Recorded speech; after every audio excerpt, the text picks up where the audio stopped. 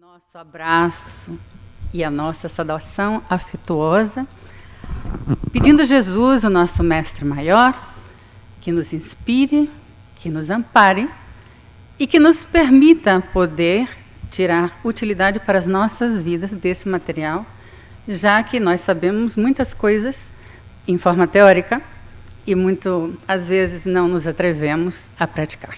Vamos começar a nossa intervenção. O dia de hoje vamos falar sobre como praticar o perdão. Na realidade, perdoar é algo que não se logra numa vida, é um processo. E este perdão tem que ver com relação ao próximo e com relação a nós mesmos. Então, vamos ver. No capítulo 10 do Evangelho segundo o Espiritismo, no capítulo Bem-aventurados os misericordiosos... devo uma desculpa. Eu estou falando em português porque nasci no Brasil, já sou panamenha, vivi 34 anos da minha vida, o material está em espanhol, vou fazer tradução simultânea porque estou representando o Panamá. Vou fazer o inverso do nosso amigo Daniel. E aqui nós vemos os convites que temos para aprender a perdoar. Mas o perdão é a forma mais perfeita de elevação moral. E nós somos seres que fomos criados à imagem e semelhança do Criador e, por ende, ainda somos seres imperfeitos. Como caracterizar essa imperfeição? Pessoalmente, eu estou muito de acordo com muita coisa que o Sérgio Lopes de Pelotas falou ontem. Eu cheguei até a dizer que a palestra dele foi um pré-requisito para a nossa intervenção. Porque creio muito no lado bom das criaturas. Como nós somos criaturas de Deus, nós temos bondade em nós. Só que as nossas carências de Deus fazem com que essas carências se manifestam em forma de ruindade, vamos dizer, de atos menos bondosos. Mas, na realidade, nós temos muita coisa boa. Mas, na realidade, nós vemos aqui, se perdoarmos, seremos perdoados. O Pai Nosso diz a mesma coisa, perdoar as nossas ofensas na medida direta em que nós soubermos perdoar ao nosso próximo. Então, o perdão é um pré-requisito de paz para a nossa vida. Ontem o Sérgio vai me permitir, o Sérgio Lopes, que eu repasse algumas coisas que ele falou. E ele falou que virtuoso, vocês se lembram o que é? É alguém que se esforça. E a única autoridade moral que nós, por enquanto, como seres imperfeitos, caminho a aperfeiçoamento, podemos ter, justamente qual é? É a autoridade moral do esforço. Porque Deus sabe que ainda não estamos em condição para apresentar somente virtude ante a sua presença. Logo, o que é a virtude? A virtude é a excelência da conduta moral que um dia nós conquistaremos. Porque essa é uma herança que está em nós. Depende do nosso esforço lograr, vamos dizer, na linguagem atual de computador, nós temos o programa instalado. Aprender a usar o programa bem. Não é? Então, é a disposição firme e constante para praticar o bem.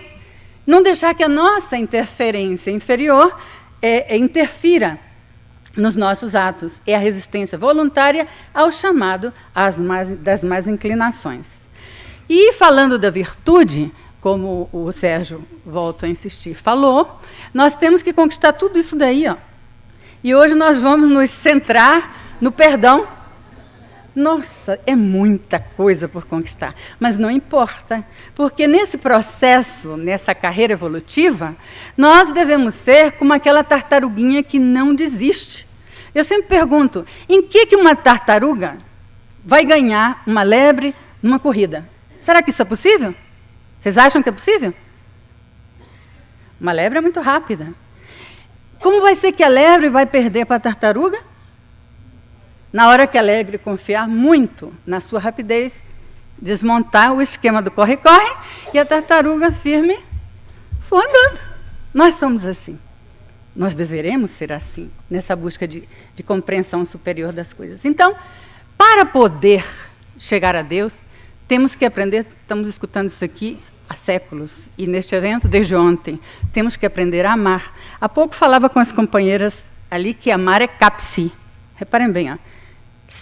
CAPSI. Como é um congresso médico, os médicos, quando prescrevemos, nós botamos assim, tomar 2 CAPS, de tal coisa, né?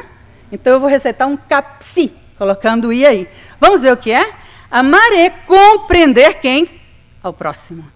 É ajudar, não carregar, o próximo. É perdoar o próximo, servir a quem? Ao próximo. E agora vem o mais difícil. Em forma incondicional. Nós sabemos fazer isso numa forma condicional. Ah, você gosta de mim, eu gosto de você. Fácil. Agora, eu gosto de você, você não gosta de mim. Difícil. Ou vice-versa, difícil ainda. Não é? Então, nós temos que aprender realmente a fazer isso de uma forma natural, num arco reflexo. E a bandeira do espírita, vocês viram lá que tinha perdão, né? No amor. Agora veja bem a importância do perdão. A nossa bandeira é, quem sabe, o nosso lema. Fora, ajudem-me. Fora da caridade não há salvação. No livro dos Espíritos, a caridade está descrita como BIP. Aí vem outra sigla. BIP, BIP, BIP. Esse dos médicos, né? Só que é B, é P em inglês, que é para vocês lembrarem. Então, a caridade é BIP.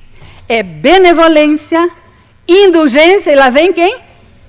O perdão. Nós estamos estudando hoje. Então, sem aprender a perdoar, nós não vamos aprender a amar. E sem aprender a amar, não vamos chegar na excelsitude do amor, que é a prática da caridade. Então, nós temos que entender como é esse negócio do perdão. Vamos entender? Vamos ver se a gente consegue. Nós somos seres que fomos criados, destinados à perfeição. Então, nós temos duas grandes asas de progresso espiritual, as quais foram interpretadas por outras denominações, na forma de anjinho barroco, assim bonitinho e tal. Mas, na realidade, são as asas de progresso da criatura. Essa se chama intelecto e a outra se chama sentimento. Ontem escutávamos o Gilson, ele está por aqui? Não, né? O Gilson falar da polidez, lembra que ele falou, os que estavam aqui? A polidez é a doçura com razão. Mas como ela ainda não é sentida, ela pode ser fingida. Mas quando essa doçura é sentida, então ela é doçura e mansidão. Veja bem aí? Então a razão está assinalando para nós o que devemos fazer. Mas muitas vezes a gente faz numa forma mecânica, sem sentir. Então não surte o efeito que deveríamos lograr. Muito bem. Qual é o nosso objetivo maior? Ascender nessa escada, na compreensão de Deus, para tornar-nos instrumentos úteis na sua mão. Muito bem. Mas existe uma coisa. Nós temos que aprender a perdoar, porque o perdão faz parte do amor, faz parte da caridade. Mas acontece uma coisa interessante. O nosso corpo não perdoa. Vocês acham que o nosso corpo não perdoa? Quem já foi operado aqui? Levanta a mão. O que é que ficou? A cicatriz. Nossa, nosso corpo não perdoa, deixa uma cicatriz. E como é possível, se o corpo não perdoa, que a alma apague a cicatriz? A alma vai apagar a cicatriz se houver perfeição moral. E quando chegamos a essa perfeição moral, se nós entendermos o que é que precisamos fazer para aprender a perdoar. Não sei se eu estou me explicando aí. Está clarinho? Pois é. Então, para poder fazer isso, nós temos que usar essas 5 escadinhas, que na verdade são 5 etapas, que na verdade é um processo evolutivo que pode tomar milênios. Por quê? Porque perdoar não é fácil. Em certo país, nós estávamos fazendo um seminário, e era dia de Semana Santa, e nos convidaram à emissora de rádio. E a pergunta era, a quem você seria capaz de perdoar nessa Semana Santa? E a gente ouvia as pessoas chamando a rádio, dizendo, eu perdoo porque é Semana Santa, perdoa porque tem que perdoar, porque Jesus nos ensinou. Sim, pise no calo da pessoa para você ver. Pise no seu calo para ver se você consegue perdoar. Um familiar seu é vítima de um estupro, ou de um momento de violência de outra pessoa irreflexiva. Será que a gente consegue perdoar? Será que a nossa cara metade, ou a nossa algema, como disse o nosso amigo, que pode ser uma gêmea como algema, nos é infiel e de repente a gente tira isso de letra? Será? É difícil. É muito difícil. Por isso, a primeira etapa do perdão é aquela onde a gente gasta um dia, um mês, um ano, 2 anos, uma eternidade, remoendo aquilo ali. Mas sabe o que vai acontecer conosco? Se nos permitirmos a indignação quanto mais, o que vai acontecer com nossas vidas? Vamos ver? Qualquer coisa que chega e nos fere profundamente, produz o que se chama ofensa, que a ofensa, eu coloquei aí propositadamente, é como um tornado nas nossas vidas. É como se fosse um furacão na nossa alma. E esse efeito que eu trouxe é justamente, pode ser maior ou menor, esse efeito da ofensa em nossa alma, quanto mais direta for a nossa, ou indireta, a nossa capacidade de amar. Se a nossa capacidade de amar é maior, a ofensa vai ser menor e nos desarmonizaremos menos. Se a nossa capacidade de amar ainda não estiver desabrochada, vamos dizer, ou desenvolvida, a ofensa vai nos desarmonizar e vai nos deixar assim. Assim como colocamos aqui nessa figuração. A gente fica roxo de raiva. Pode ficar odiando profundamente.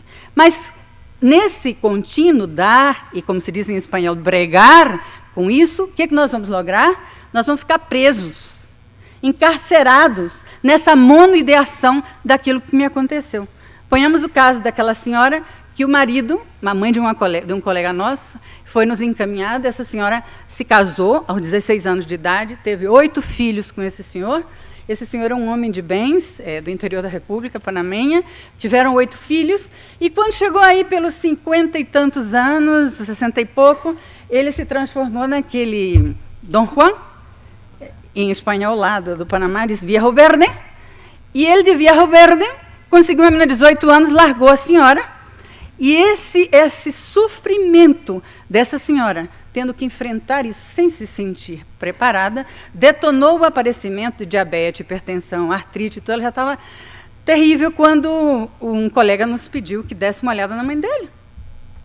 E nós tratamos de ajudá-la, na medida do nosso conhecimento, tratando de integrar o conhecimento espiritual, respeitando o sentir das pessoas, e tratamos de integrar essas duas coisas quando ela chegou e disse. E eu disse, então, o que a senhora está sentindo? Eu estou sentindo uma dor aqui, eu estou sentindo uma dor aqui.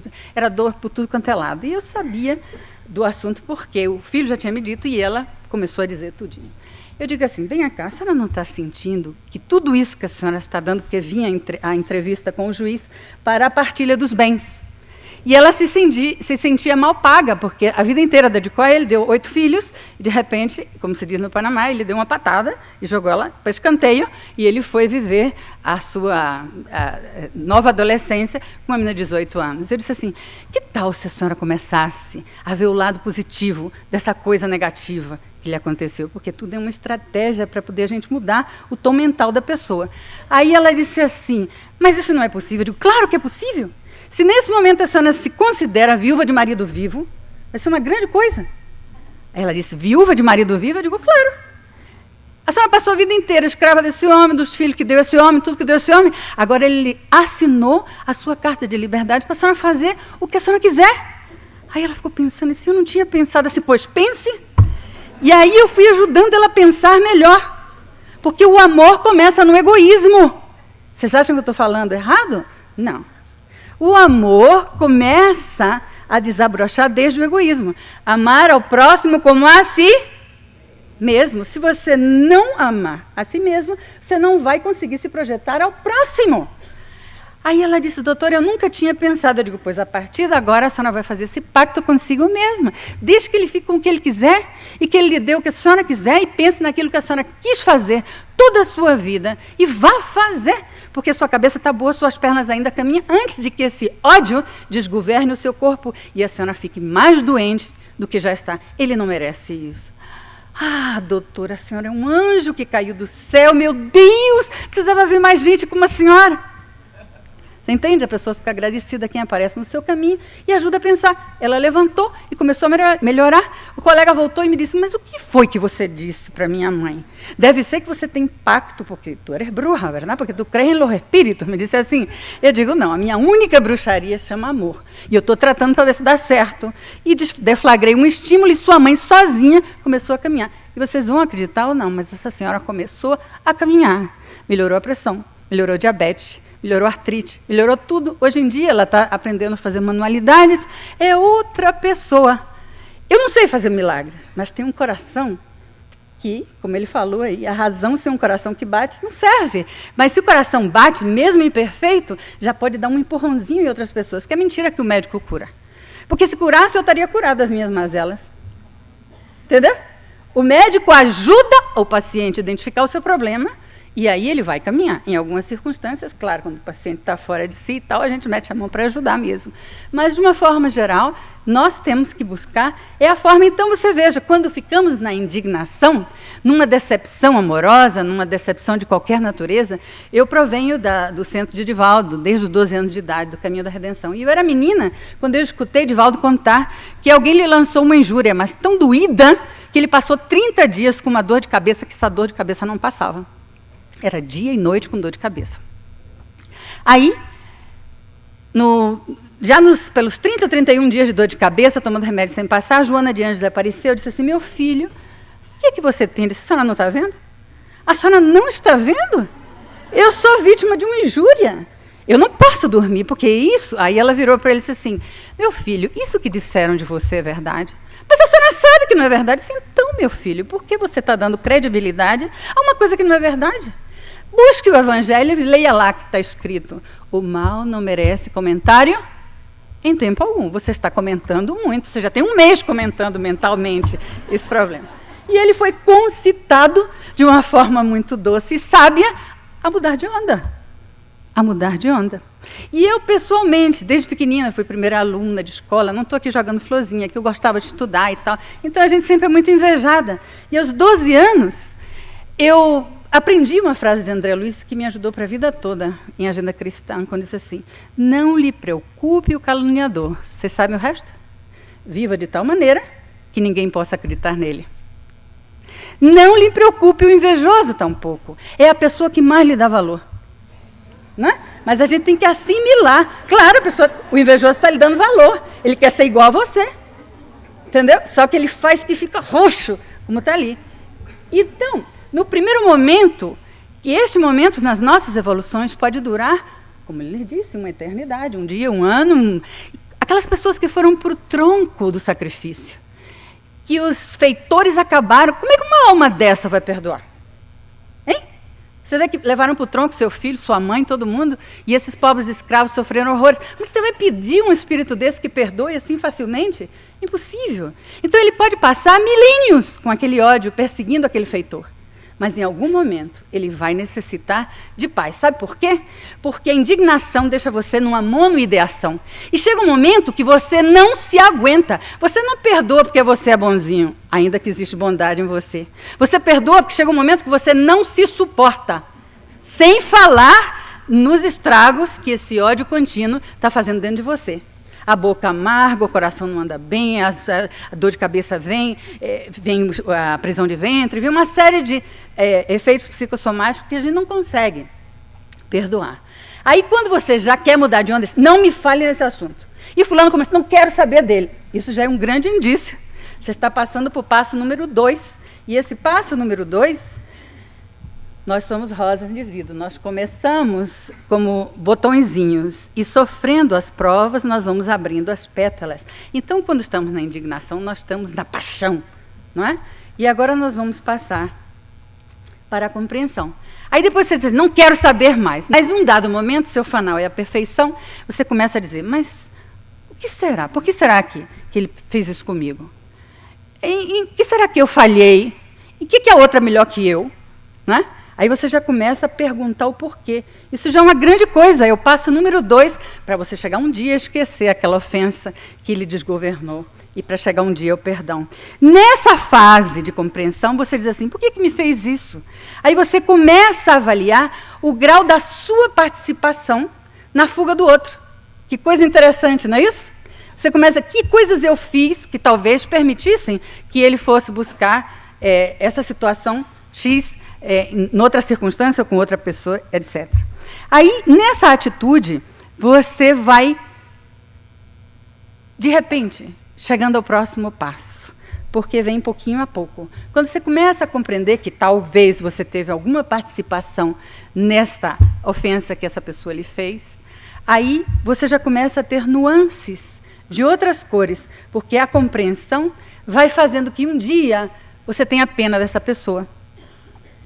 E aí você vai chegar a ter piedade. Veja que como as virtudes entre si se combinam para dar outra coisa. A caridade, a benevolência, a indulgência e perdão. O perdão também é composto de outras virtudes que vão corroborar para que a gente um dia consiga apagar a marca daquela ofensa que, às vezes, nos estancou, portanto, na evolução. Aí vem a piedade. A piedade faz com que você diz, coitado, olha como ele está acabrunhado, eu não queria vê-lo assim, porque, no fundo, eu gosto dele, ou eu gosto dela, ou, sabe? Aí você começa a ter pena do ofensor. Quando você começa a ter compaixão do ofensor, você já está no estágio 3, caminhando para o perdão. E aí, você já vai se harmonizando um pouquinho mais com relação àquela ofensa. E mesmo recordar aquilo que lhe fez sofrer tanto, já não lhe inquieta nem lhe desequilibra tanto. Daí, vem aquela coisa lindíssima, que é a misericórdia.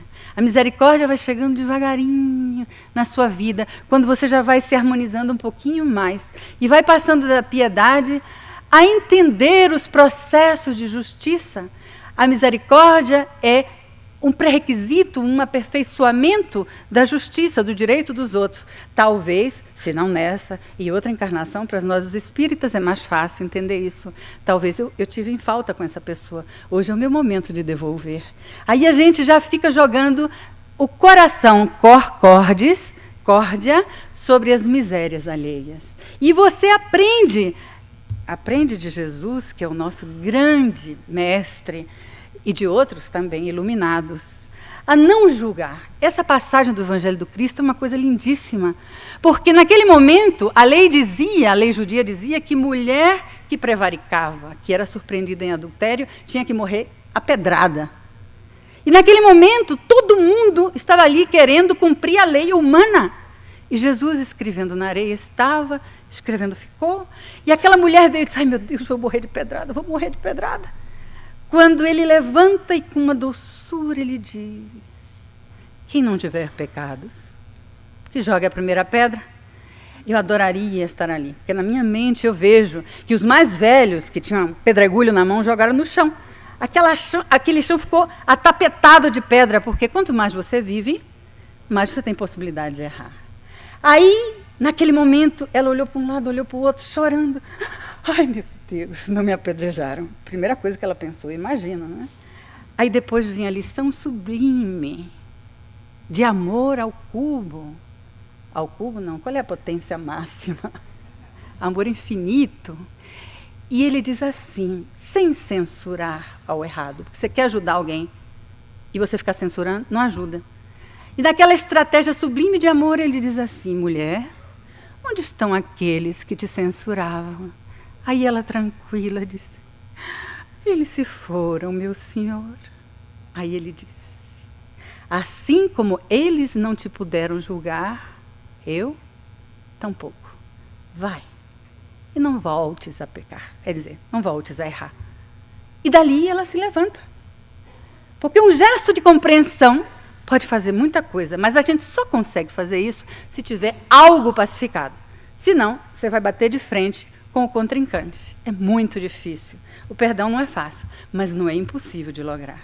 Aí a criatura já vai ficando cor-de-rosa. Ontem eu aprendi com a Irvênia, né? Eu tenho uma tendência a fazer isso. Jogar assim minha cabeça para a esquerda. E quando eu estou contemplando algo, alguém, alguma coisa que me emociona, eu faço isso. E sorrio. Mas eu não sabia o que era isso. Até ontem. Vocês se lembram que ela falou? Dos sorrisos lateralizados para a esquerda? Diz que quando as suas reações afetuosas são puras e verdadeiras, você joga ou inclina, ou o sorriso ou a cabeça. Eu sinto uma felicidade. Descobri a pólvora. Eu não sabia que isso era assim. E eu fazia isso. Às vezes minha mãe falava assim, mas menina, por que você inclina tanto a cabeça? E sempre para este lado. E se eu estou muito emocionada com alguma coisa, presta atenção. Porque eu sou assim, estilo assim, meio italianoide, né, que fala com as mãos e tal. Eu inclino e faço isso. E eu não sabia que isso é uma expressão da nossa afetividade. Então, à medida que nós formos, repare que o esquecimento aí eu pus a propósito. Então, isso pode ser, como aqui o nosso amigo falava, o anterior, o Alberto, ele disse que o sujeito se transformou em esquizofrênico pela culpa numa mesma vida, como pode tomar muitas vidas isso. O esquecimento também pode ser, nessa encarnação, se a sua capacidade de amar estiver um pouquinho mais dilatada. Quando é que você vai amar mais? Quando você pedir mais ajuda ao mundo espiritual. Porque não é fácil. Amar não é fácil. Eu vou fazer um parêntese aqui, porque ainda tem 15 minutos, e vou contar o que aconteceu no Panamá. Quando cheguei no Panamá, sabe aquele intercâmbio cultural? Uma prima do meu esposo, uma tia do meu esposo, convidou para ir conhecer uma festa nacional no interior do Panamá, e eu fui. Nós ficamos hospedados numa cidade, e aí as moças ficaram de um lado e os homens ficaram do outro, porque ainda era noiva, né? E na minha janela havia 2 homens que estavam tomando aguardente de lá, né, seco, porque o amigo do primo do meu esposo, a noiva tinha deixado ele por outro, e ele estava numa fossa maiúscula. E na minha vida, tudo que acontece, eu trato de buscar um ensinamento, né? Dali está aprendendo alguma coisa. Foi uma noite que eu não dormi, porque conversa de bêbado é um negócio sério. E canto de bêbado é pior. Então, eu estou vendo a fase da indignação ali. Ele estava indignado porque a mulher tinha ido embora com outro. Aí eles tomaram, e tem uma música nacional que eu vou cantar, me permito aí cantar, porque foi uma coisa que ficou marcada na minha vida, mas que me ajuda nas palestras. E então, ele dizia para um assim para o outro: "Se te vas de mim por outro querer", tá entendendo, né? Você foi embora de mim por outro querer. "Se vas a dejar-me, que sea de una vez". Ele dizia. Aí os 2 faziam coro assim: "Adiós, adiós, adiós, que te vaya bien, mi amor, que te pegue um palo, que te caiga um raio, que te parta um trem". Isso. 2 horas. 2 horas na minha janela. E eu fazia assim, eu queria dormir. Aí voltava: "Se te vas de mim, por outro querer. Se vas a dejar-me, que sea de uma vez". E os 2: "Adiós, adiós, adiós, que te vai". E eu disse: meu Deus, como ele está sofrendo. Eu também. Eu não dormi, mas eu entendi a dor dele na fase de indignação. E ele queria que ele fosse muito bem, que caísse um pau, um raio e por cima um trem, acabasse com ela. Tá vendo aí? Então, isso é o retrato de nós todos. Quando você está passando isso na sua imperfeição, mentira que você vai perdoar. Mentira. Mas você entende que isso, em um dado momento, vai fazer você se sentir mal consigo mesmo. Então, você, em um dado momento, quando sua alma já estiver mais trabalhada por todos aqueles pré-requisitos que eu apresentei aí, realmente você vai esquecer. E a melhor forma de esquecer é fazer planos. Quando você faz planos reencarnatórios, o pai do Éden, uma vez, deu uma palestra divina. E falando sobre o Espiritismo, ele dizia: a única doutrina que permite que você receba um inimigo com amor é a nossa. E todo mundo dizia assim: não, inimigo é inimigo. Sai dessa. Inimigo você sente o cheiro. Inimigo é uma coisa que você sente um mal-estar. Ele disse: não. Quando você faz as pazes e recebe essa criatura para recomeçar tudo, aqui estão as pazes, olha lá. Eu trouxe daí que eu recebi obras de arte. Olha as almas fazendo planos para o futuro. Está vendo aí que beleza? Está vendo?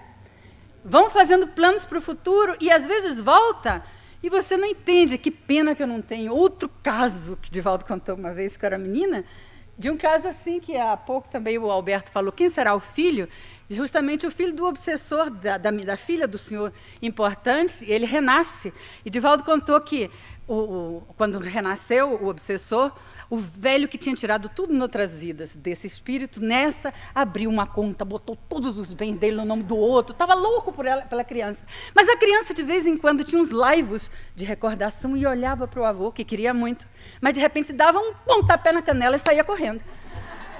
Aí, ele preocupado com aquilo, ele que adorava aquele neto, por que o neto fazia aquilo? Aí, Divaldo, vendo o drama e sabendo quem era o netinho, disse assim: coisas de criança. Mentira! Ele reconhecia o antigo adversário que tinha roubado a ele. Agora voltou como neto. E ele ficou louco com esse neto e todos os bens passou para o nome do neto. Então, fizeram as pazes. De uma forma indireta. Que coisa maravilhosa é a misericórdia divina. A misericórdia divina permite que a gente vá se trabalhando, dilatando, e de repente, gente, de verdade a gente consegue esquecer.